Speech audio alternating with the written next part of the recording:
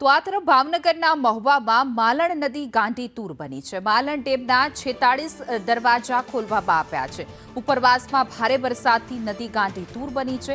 માલણ નદીમાં 62,671 ક્યુસે પાણીની જાવક છે। 9 જેટલા ગામોને હાઈ એલર્ટ પર મૂકવામાં આવ્યા છે। વધુ વિગતો સાથે અમારા સંવાદદાતા કુમાર શુક્લા જોડાઈ ગયા છે। જી કુમાર, હાલ કેવી પરિસ્થિતિ છે? કેટલા વિસ્તારોમાં પાણી ભરાણા છે?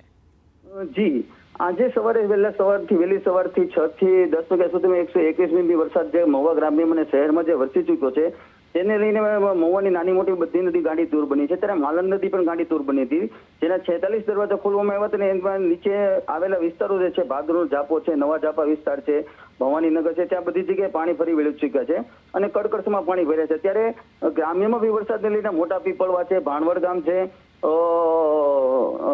કલકાગેડા ગામ છે, ત્યાં પણ બધે પાણીની જે નાની નદી છે તે બી ગાંડીતુર બની છે। જી, સમગ્ર માહિતી આપવા બદલ આપનો આભાર।